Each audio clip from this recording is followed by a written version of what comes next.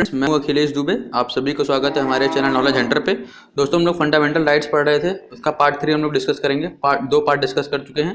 Part 3 में basically हम लोग राइट टू फ्रीडम के बारे में पढ़ेंगे। राइट टू फ्रीडम जो कि हमारे आर्टिकल 19 में आता है कॉन्स्टिट्यूशन के, इसको हम लोग डिटेल में पढ़ेंगे, क्योंकि आर्टिकल 19 में 6 फंडामेंटल राइट देखने मिलते हैं। ठीक है, तो वो 6 फंडामेंटल राइट कौन कौन से हैं उनको बारे में समझें तो आप जानेंगे कि आर्टिकल 19 जो है हमें जो 6 फंडामेंटल राइट देता है वो सारे के सारे सिटीजन्स ऑफ इंडिया के लिए ही हैं, और कोई बाहरी पर्सन यानी कि फॉरेनर और कोई लीगल पर्सन के लिए जो है ये अवेलेबल नहीं है इंडिया के।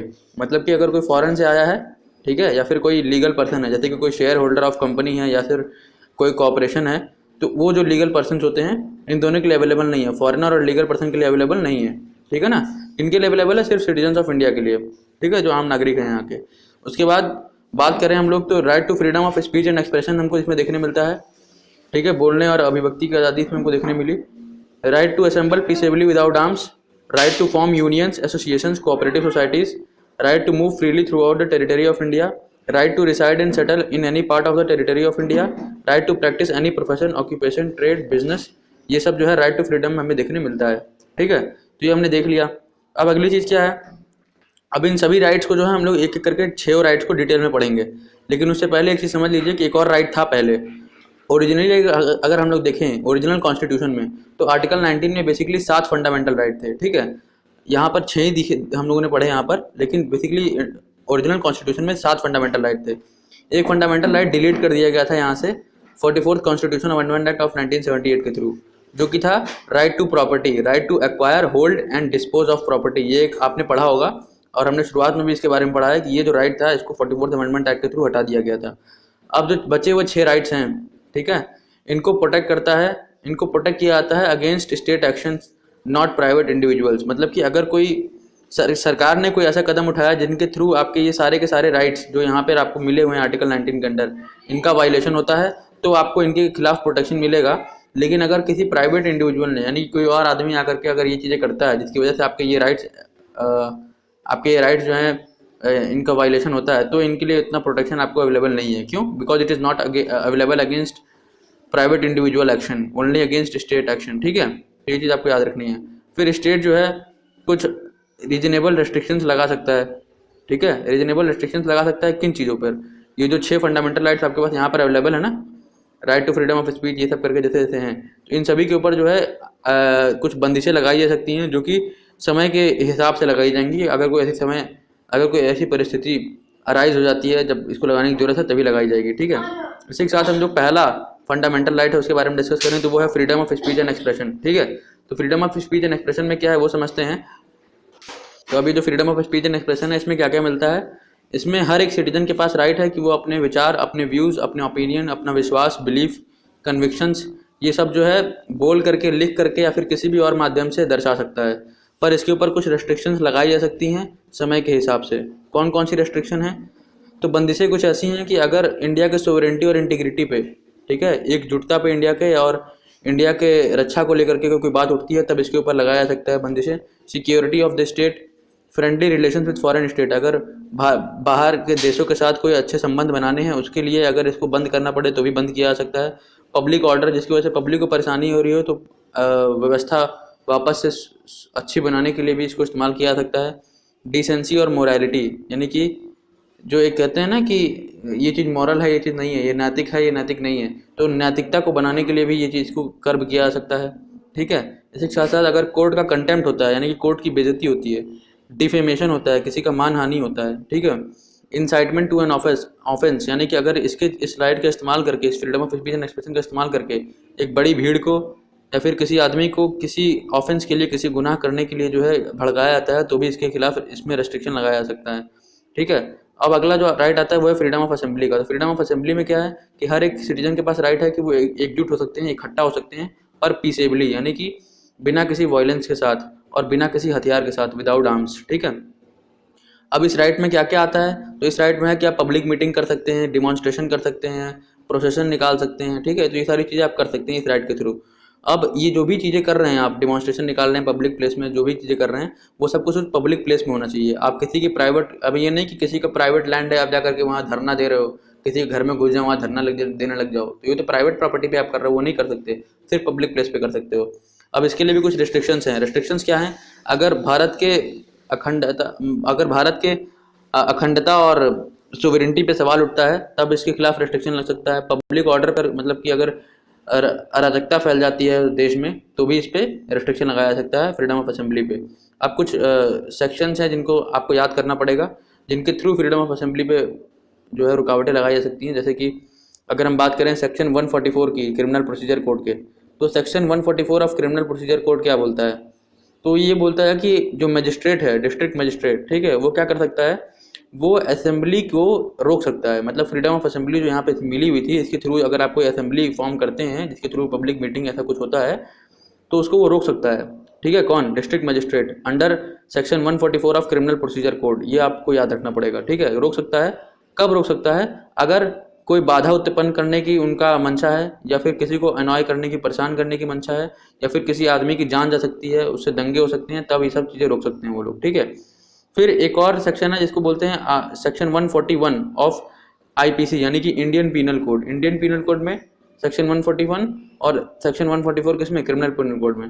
तो इंडियन पीनल कोड में सेक्शन 141 में क्या है कि अगर 5 लोग या उससे ज़्यादा लोग इकट्ठा होते हैं किसी जगह पर, तो वो जो असेंबली है, वो जो इकट्ठापन है, वो अनलॉफुल हो जाता है, यानी कि वो लॉ के हिसाब से नहीं है। ठीक है, अगर अगर जो एम है, यानी कि जो लक्ष्य है उस भीड़ का, 5 से ज़्यादा लोग का या फिर 5 लोगों का, अगर वो एम उसका ये है कि किसी लॉ के एग्जीक्यूशन को रोका जाए, मतलब लॉ बन गया है और उसको उसको जो है एग्जीक्यूट नहीं होने देना है, उसको जो है काम में नहीं आने देना है, फोर्स में नहीं आने देना है, तो उसको रोकने के लिए अगर 5 लोग की भीड़ है, उससे ज़्यादा लोग की भीड़ हो, तो उसको खिलाफ एक्शन लिया जा सकता है अंडर सेक्शन 141। अगर किसी और की प्रॉपर्टी ऑक्यूपाई करने के लिए वो भीड़ जा रही है तो उसके खिलाफ एक्शन लिया जा सकता है। कोई क्रिमिनल ट्रेसपास यानी कोई क्रिमिनल एक्ट करने जा रही है तो कर सकते हैं। कोई इलीगल एक्ट करने के लिए किसी को फोर्स किया जा रहा है, किसी एक आदमी को, तो क्या इसके खिलाफ लगाया जा सकता है ये चीज़, Indian penal code 141 section. Government को थ्रेटन किया जाए, धमकी मिले कि ये चीज़ें करनी है गवर्नमेंट को और ये चीज़ें नहीं करनी है, इस टाइप की कोई चीज़ गवर्नमेंट के खिलाफ निकले, तो उसके लिए भी जो है ये section 141 of Indian penal code का इस्तेमाल किया जा सकता है। ठीक है, फिर क्या है, अगला जो फ्रीडम आता है वो है फ्रीडम ऑफ एसोसिएशन। तो फ्रीडम ऑफ एसोसिएशन हमारा तीसरा फ्रीडम है इस राइट के अंदर। इसमें क्या है कि आप एसोसिएशन फॉर्म कर सकते हैं, ठीक है, यूनियन फॉर्म कर सकते हैं, जैसे ट्रेड यूनियन आज के ज़माने में आप देखते होंगे, कोऑपरेटिव सोसाइटीज़ फॉर्म कर सकते हैं, इसके बारे में हम पढ़ चुके हैं। ठीक है, तो क्या है कि ये सब चीज़ें फॉर्म कर सकते हैं। कौन कौन सी चीज़ें? एसोसिएशन, यूनियन और कोऑपरेटिव सोसाइटीज़। अब इसमें सिर्फ इतना ही नहीं है कि आपको फॉर्म करने की आज़ादी है, आप उसके साथ कंटिन्यू कर सकें, उस एसोसिएशन के साथ, इसकी भी आज़ादी है आपको। और इसी के साथ साथ ये तो पॉजिटिव राइट हो गया कि आप कंटिन्यू कर सकते हैं, आप ज्वाइन कर सकते हैं, पर इसका जो निगेटिव पार्ट है कि आप ज्वाइन ना करें, आप कंटिन्यू ना करें, वो भी आपका इसी राइट में कवर हो जाता है। ठीक है, रेस्ट्रिक्शन क्या क्या इस पर लगाए जा सकते हैं कि मान लीजिए अगर इसकी वजह से पब्लिक ऑर्डर में, sovereignty and integrity of India को कोई खतरा होता है तो फ्रीडम ऑफ एसोसिएशन बंद किया जा सकता है। ठीक है, मोरालिटी यानी कि अगर नैतिकता पे सवाल उठते हैं तो फ्रीडम ऑफ एसोसिएशन को भी बंद किया जा सकता है। ठीक है, थोड़े टाइम के लिए रेस्ट्रिक्शन लग सकती है। अब इसका मतलब ये नहीं है कि अगर आप कोऑपरेटिव सोसाइटी बना देते हैं, एसोसिएशन बना देते हैं, तो उसको आपको मान्यता भी मिल जाएगी सरकार की तरफ से, नहीं, ऐसा कोई जरूरी नहीं है। Right to gain recognition is not a fundamental right, ये चीज़ याद रखिएगा, this can be important sentence in prelims. फिर अगला जो चौथा आता है वो है फ्रीडम ऑफ मूवमेंट, कहीं पे भी मूव करने की आज़ादी। तो आप पूरे इंडिया में कहीं पे भी मूव कर सकते हैं, और ये सिर्फ इंडिया के अंदर की बात की गई है, ये सिर्फ इंटरनल चीज़ के लिए बात की गई है, ये एक्सटर्नल नहीं है। यानी कि ऐसा नहीं कि आपको आज़ादी इस बात की भी है कि आप इंडिया से बाहर जा करके जो है कर सकें, वो आपको फंडामेंटल राइट बन जाए, नहीं, इसकी आज़ादी आपको इस आर्टिकल के थ्रू नहीं मिली है।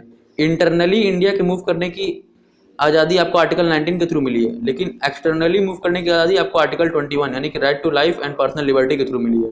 ठीक है, ये चीज़ आपको याद रखना पड़ेगा, जो आगे हम लोग पढ़ेंगे। तो every citizen has the right to move freely throughout the territory of the country, it promotes the unity and integrity of India. क्योंकि अगर आप पूरे कंट्री में कहीं पे भी वो कर सकते हैं, घूम सकते हैं, इसका मतलब क्या है कि आपके लिए वो पूरी पूरी कंट्री एक जैसी है, और इससे क्या हुआ, national feeling, nationalist feeling arouse होगी लोगों में। अब इसके पे भी रिस्ट्रिक्शन लगा सकते हैं। अगर जनरल पब्लिक का इंटरेस्ट की बात है, जो वहाँ रह रही है उसको कोई दिक्कत हो रही है, या फिर शेड्यूल्ड ट्राइब जो रहते हैं लोकल एरियाज में उनको कोई दिक्कत हो रही है, तो उन पे लगाया सकता है। क्योंकि जनरल पब्लिक मतलब मान लीजिए अगर कोई प्रोस्टिट्यूट है, तो प्रोस्टिट्यूट कहीं जाएगी तो उससे क्या होगा कि उससे समाज पे बुरा प्रभाव पड़ सकता है, जनरल पब्लिक पे बुरा प्रभाव पड़ सकता है। तो प्रोस्टिट्यूशन को रोक दिया गया था, उनके प्रोस्टिट्यूट्स के मूवमेंट को रोक दिया गया था, एड्स से जो संक्रमित लोग हैं उनके मूवमेंट को रोक दिया गया था।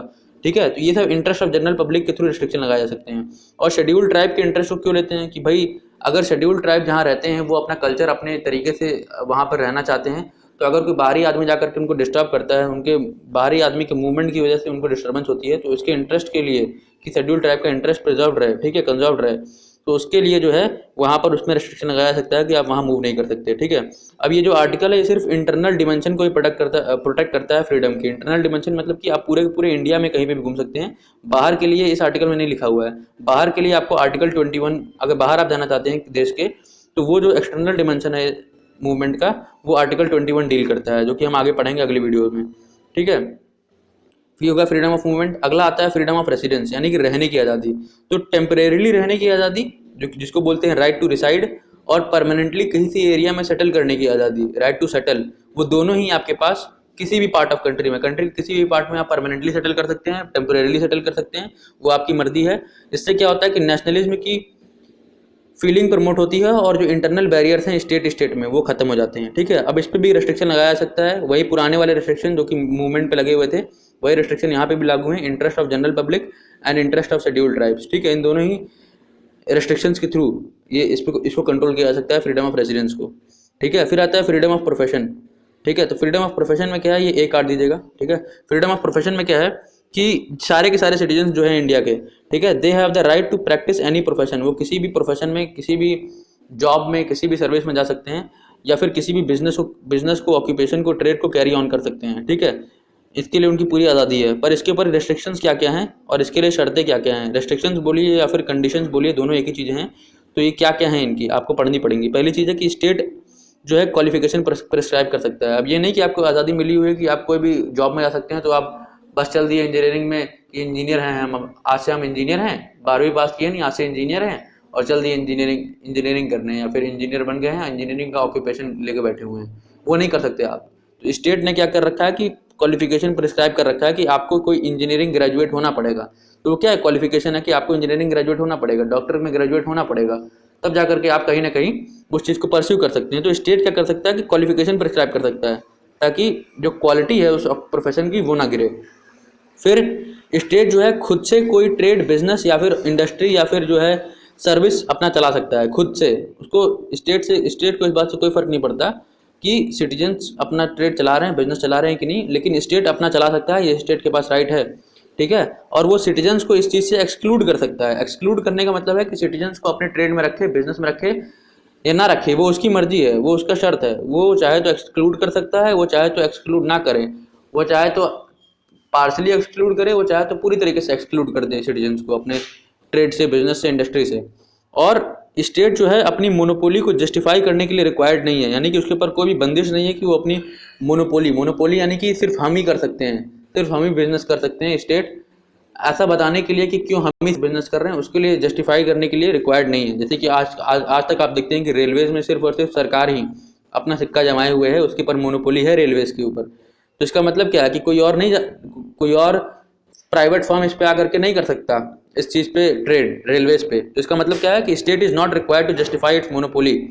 फिर किसी भी टाइप का इमोरल बिजनेस समझ रहे हैं आप, मतलब कि ऐसा जो कि नैतिकता के खिलाफ हो, जैसे कि ट्रैफिकिंग ऑफ ह्यूमन बींग्स, किसी को इंसान को बेचना या फिर खरीदना, इस टाइप की जितनी चीज़ें हैं, और पटाखे उठाखे की जो फैक्ट्रीज होती हैं, इन सभी चीज़ों को। तो इमोरल बिजनेस को जो है कंट्रोल किया जा सकता है लाइसेंस के थ्रू, कि लाइसेंस मिला तभी काम चला पाओगे। और जो कुछ ऐसे इमोरल बिजनेस है जिनको तो टोटली बंद किया जा सकता है अंडर फ्रीडम ऑफ प्रोफेशन के रेस्ट्रिक्शन के रूप में। तो ये सब कुछ चीज़ें थी that we have discuss so far. इतना ही था इस वीडियो में।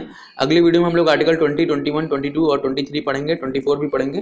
तो 20 से लेकर के 24 तक पढ़ेंगे अगली वीडियो में, उसके बाद बाकी से पढ़ा जाएगा। तो इस वीडियो में इतना ही। अगर आपको वीडियो पसंद है तो लाइक करें मेरे इस वीडियो को, चैनल को सब्सक्राइब करें अगर आप तक नए आए हैं हमारे चैनल पे। Thank you very much friend, let's meet in the next video.